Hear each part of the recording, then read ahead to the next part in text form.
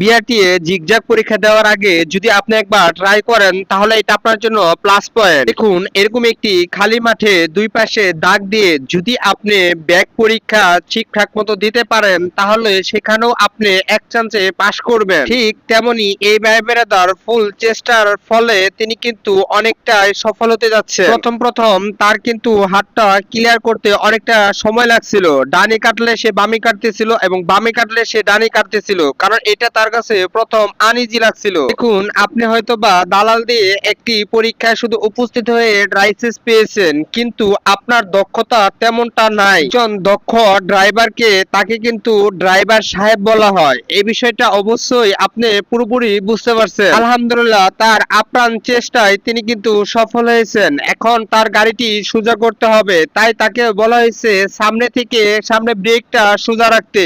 ভাই, আপনি মনে করতেছেন বিআরটিএ যাবেন, দালাল ধরবেন, লাইসেন্স করবেন, আসলে এই ধারণাটাই ভুল। প্র্যাকটিক্যাল আপনাকে অবশ্যই একজন দক্ষ ড্রাইভার সাহেব হতে হবে। ইনশাল্লাহ আমার কথাগুলো একটু মিলিয়ে দেখবেন, তাহলে আপনি সঠিক উত্তরটা পেয়ে যাবেন, ড্রাইভার সাহেব।